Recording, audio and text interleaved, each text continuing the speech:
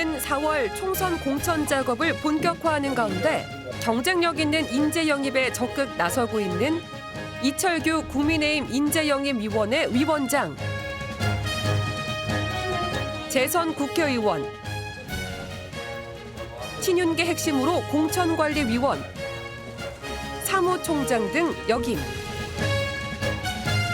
대통령실과 당과의 가교 역할과 함께 시스템 공천을 강조하며 소통의 폭을 넓히고 있는데 당이 공천관리위원회를 구성하고 이걸 규격화하고 이걸 정량화했습니다. 이런 상황에서 무슨 민심 공천이 있고 검사 공천이 있겠습니까? 이철규 의원이 생각하는 여권의 총선 전략과 인재 영입 상황 집중 분석합니다. 국민의힘 공천관리위원회가 오는 4월 총선 관련해서 지역구 공천 신청을 마무리하는 등 공천 작업에 속도를 내고 있습니다. 국민의힘 인재영입위원장을 맡고 있는 이철규 의원과 얘기를 나눠보겠습니다. 의원님 안녕하십니까? 네, 안녕하십니까? 네. 이철규입니다. 4월 총선에 출마할 후보자들에 대한 지금 면접이 진행되고 있고 순차적으로 결과를 발표할 예정인데요. 네.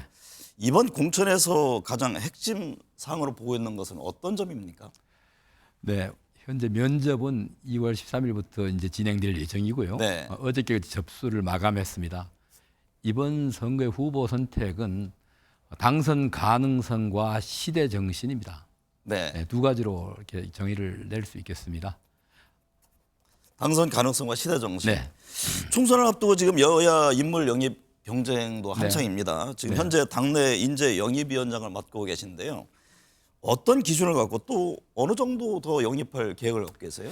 네, 저희들이 당초 한 40여 분을 모시고자 했습니다. 현재 네. 28분을 국민 인재로 모시게 됐습니다. 네. 모신 분들은 모두가 이 삶을 살아오면서 인생에서 우리 국민들에게 도움이 되고 이타적인 삶을 살아온 분들입니다. 네. 헌신적인 삶을 살아오신 분들을 모시게 됐다는 말씀을 드리고요.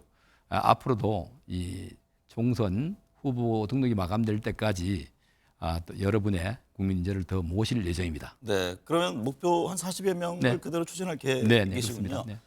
지역구 출마 비례대표 여러 가지 이제 선택지가 있지 않습니까? 네. 주로 어느 쪽에 방점을 뒀습니까? 지금까지 모신 분들 중 상당수가 지역구에 출마하실 분들이었습니다. 네. 지역구 중에 우리 원외 지역에 출마하실 분들이 상당수 있었고요. 네. 또 일부는 이제 모시는 분들은 비례대표로 정책 입안에 참여해 주실 분들 또 그리고 선거에 나가지 않고도 우리 당의 정책 개발에 함께 하실 분들도 모실 예정입니다. 네. 소위 이제 386 운동권 정치인들에 대해서 한동훈 비대위원장이 운동권 특권 세력 청산은 시대 정신이다. 네. 이 점을 강조했는데요. 국민의힘에서는 이른바 운동권 세력들에 대한 인재 영입이라든가 뭐 공천 배제 이런 또 원칙도 갖고 있습니까? 네, 그렇습니다. 민주화 운동에 참여하신 분들의 그런 이 활동, 과거의 활동 경력 네. 이런 것들은 존중받아 마땅합니다. 그런데 민주화 운동이 하나의 특권이 될 수는 없는 것입니다. 또한 민주화 운동을 빌려서 이념 투쟁에 몰입했던 분들도 계십니다. 네. 그런 분들, 순수하게 민주화 운동, 대한민국의 민주화를 위해서 헌신했던 분들과 또 철진한 이념, 주체 사상을 신봉하면서 대한민국 체제를 전복을 했던 운동권은 분명히 분리되어야 된다라는 네. 생각을 가지고 있고요. 또한 민주화 운동을 하신 분들도 대다수가 사회 각 분야에 나가서 대한민국의 국가 발전을 위해서 헌신하고 계십니다. 유독 정치권 특히 민주당에 입당하신 운동권 출신들이 시대 정신에 어긋나는 네. 특권 의식에 사로잡혀 있습니다. 이걸 지적하는 겁니다. 네.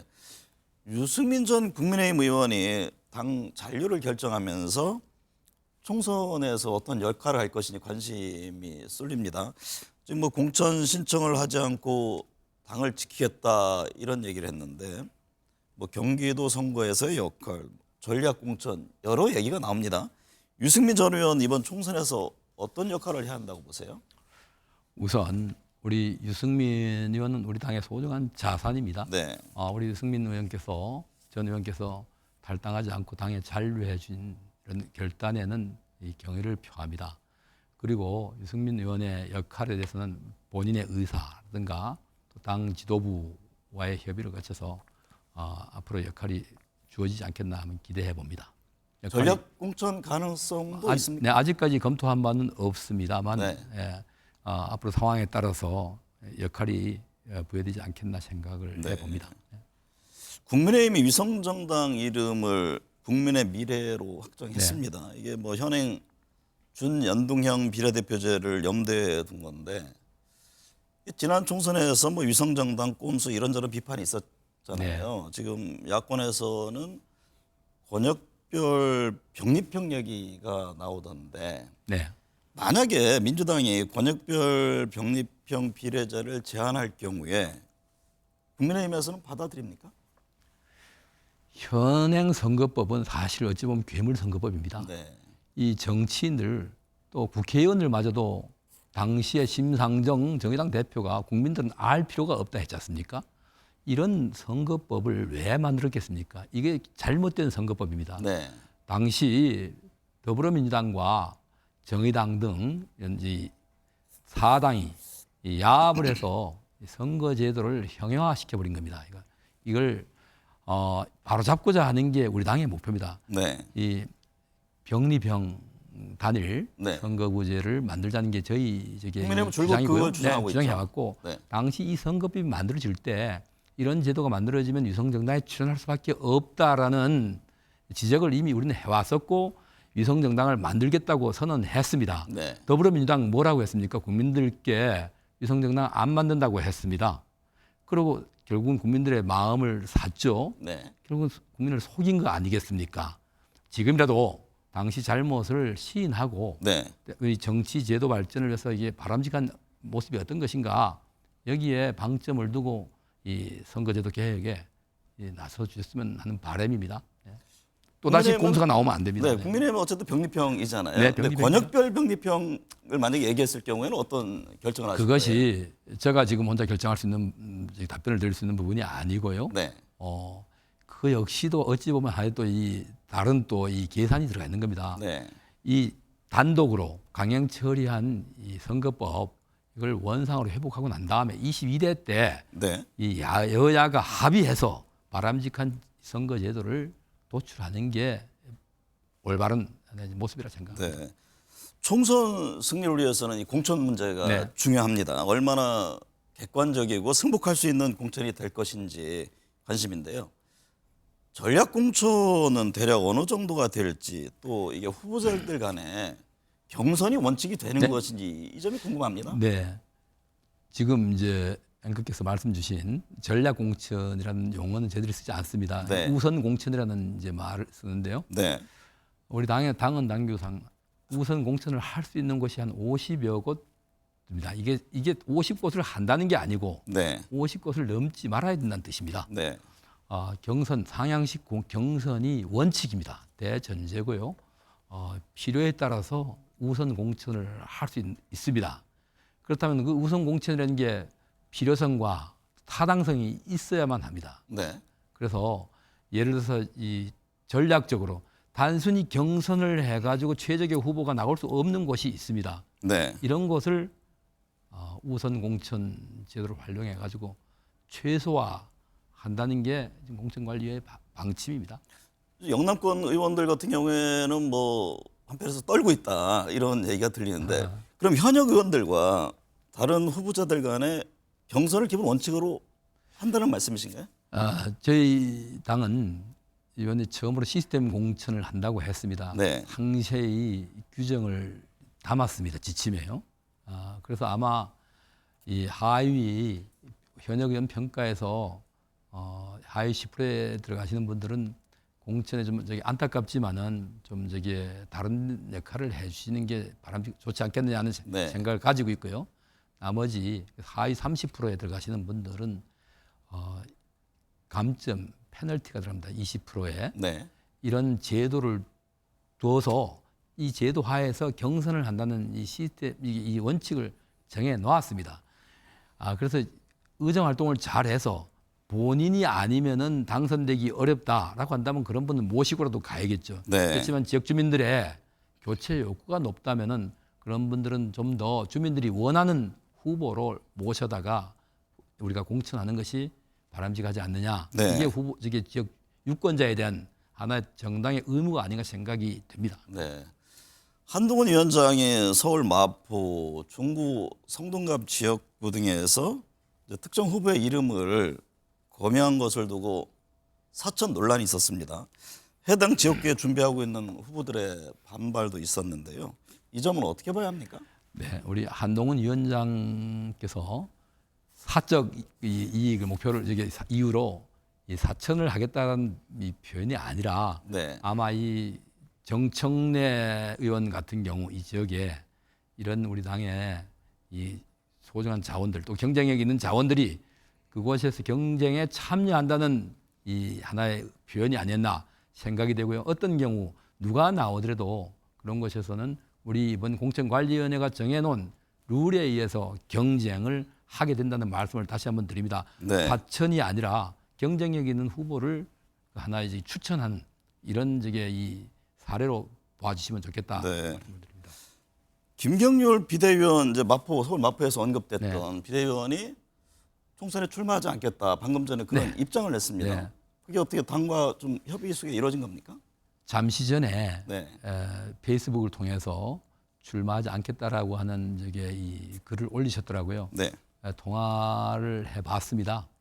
통화한 바 본인의 이 마포를 출마 선언이 논란을 불러일으키고 또한 당의 화합을 또 결속에 이 장애 요소가 될까봐 아마 이런 대승적 결단을 내리신 것으로 들었습니다. 네. 그 윤석열 대통령과 한동훈 비대위원장 간의 하나의 갈등의 요소로 거론된 바가 있잖아요. 그 김경률 비대위원의 공천 문제가. 그러면 이번에 출마하지 않겠다라고 하는 것이 어떻게 보면 그 갈등을 해소시키기 위한 하나의 그런 움직임으로 읽어도 됩니까? 너무 확대해서 이 해석하시는 것 같고요. 네. 아마 제가 볼 때 우리 김경률 우리 비대위원께서 아마 본인의 문제가 네. 하나의 이 쟁점으로 계속 부각된 데 대한 부담을 느끼신 게 아닌가 생각이 되고요. 네. 이런 갈등이라는 게 무슨 부부 간에 살면서도 때로는 이견이 있을 수 있습니다. 이 이견을 가지고 마치 갈등이다 이렇게 침소봉대해서 분란이 있는 것처럼 이렇게 바깥에 알려지는 것은 바람직하지 않습니다. 네. 그것은 오히려 건강한 관계라는 증표가 아닌가 생각이 됩니다. 그 당시에 친윤 일각에서는 지금 뭐 불출마 문제가 아니라 비대위원을 그만둬야 되는 것 아니냐 이런 의견들이 있었잖아요. 이 문제는 그러면 다시 또 사라지는 겁니까? 아니면 네, 또 불거질 가능성이 있습니까? 지금 그런 문제는 이미 다 정리가 되고 네. 물 밑에 가라앉았는데 새삼스럽게 그런 말을 거론할 필요가 있겠습니까? 네.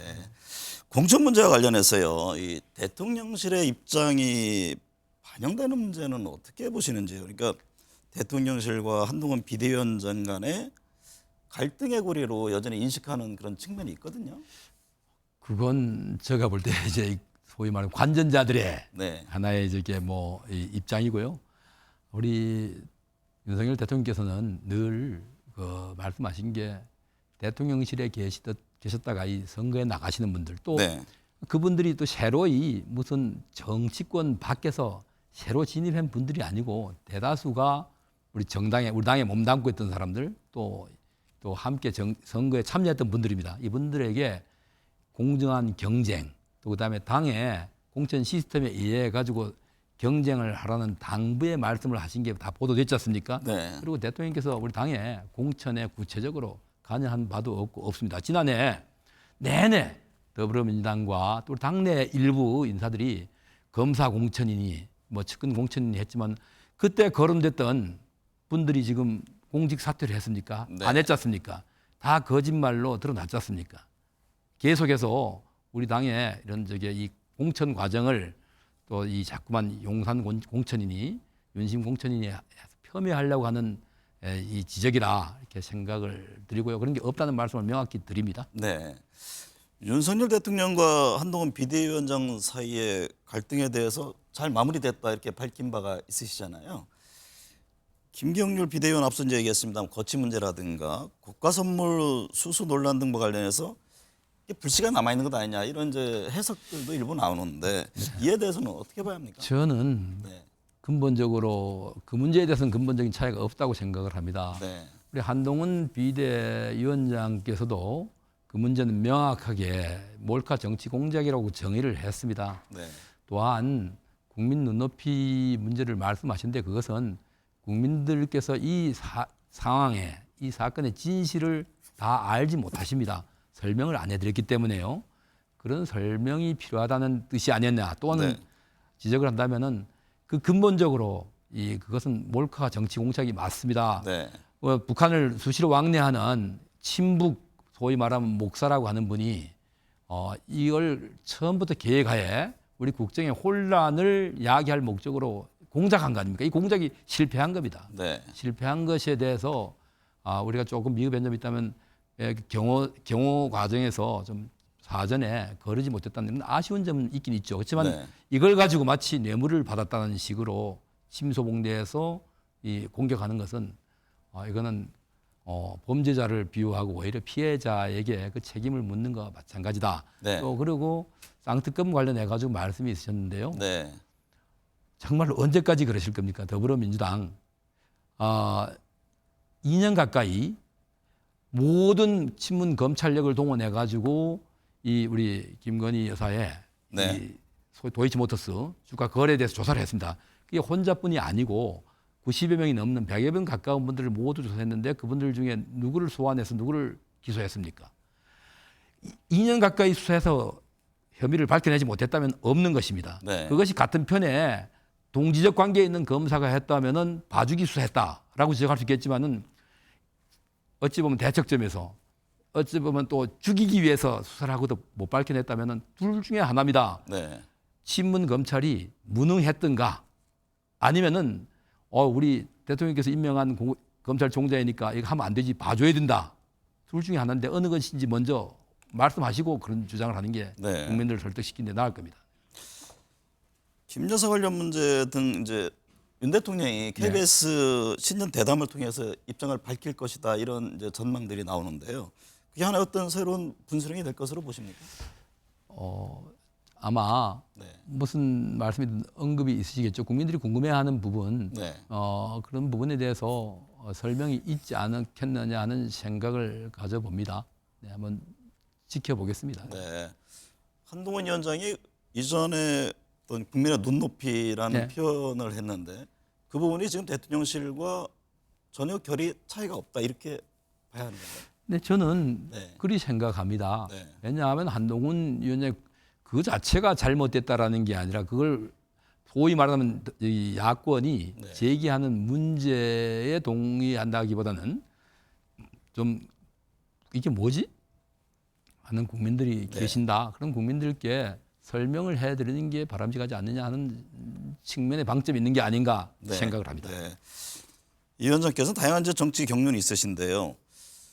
이 의원께서 생각하는 바람직한 당정 관계는 어떤 거라고 보세요? 늘 당정 분리니 뭐 수평적 관계니 이런 이야기들이 나옵니다. 네. 나오는데 당정 특히 여당이니까 당정이죠. 여당은 2인 3각의 관계가 아닌가 생각이 됩니다. 네. 정부는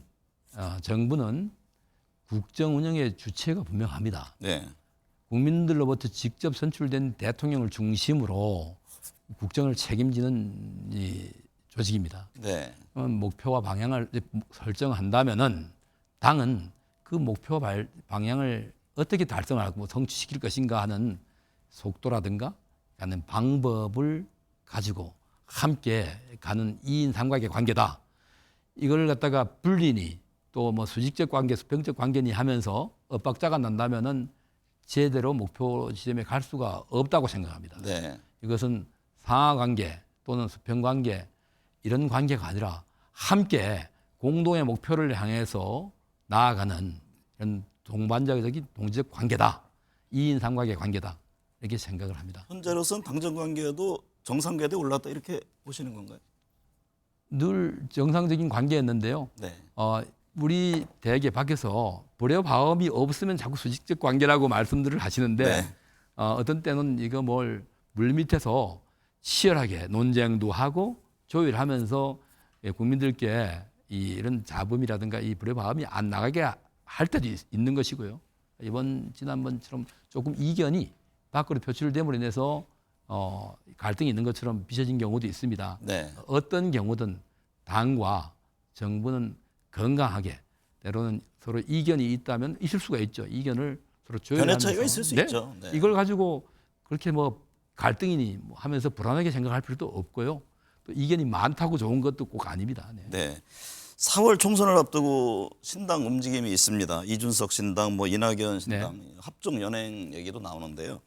이번 총선에서 신당의 파괴력, 여야에 미칠 영향력은 어떻게 보세요?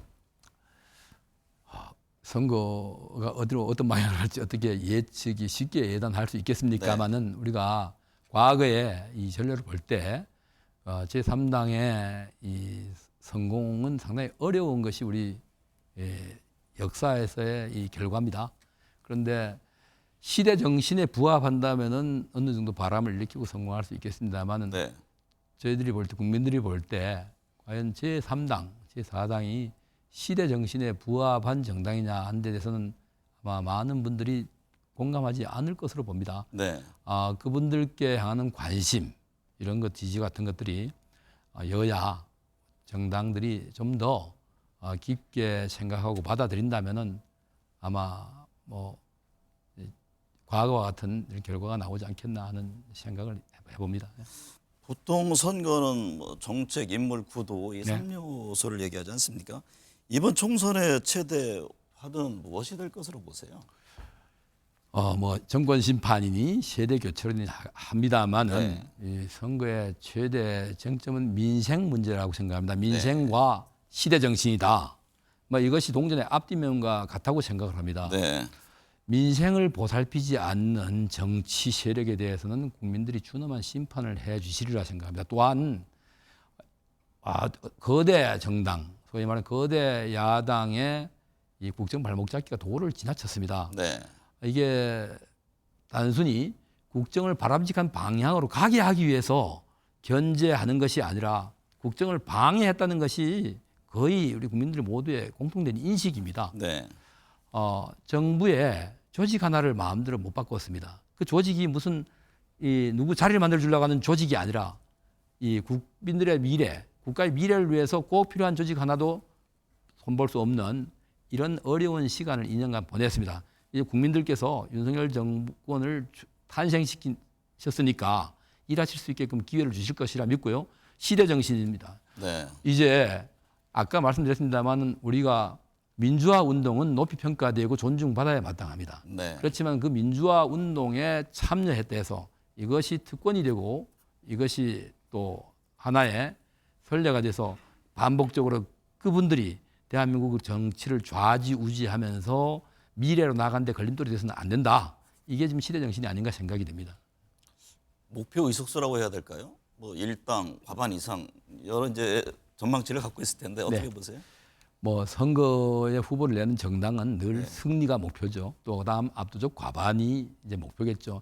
대한민국 일당 독재가 지배하는 나라가 아닌 이상 모든 의석을 다 차지한다는 것은 그런 목표 자체가 그거는 허황된 것이고요. 다만 정부가 국민들께서 위임해준 이런 이 권한을 가지고 국가 발전을 제대로 이루게 하려면은 과반수의 이 의석은 좀 주셨으면 하는 바람이고요. 그것을 위해서 최대한 노력하고 국민들께 다가갈 예정입니다.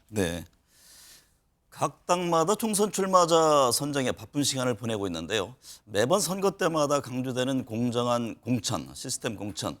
이번에는 어떻게 자리매김할지 지켜보겠습니다. 오늘 함께해 주셔서 감사합니다. 감사합니다.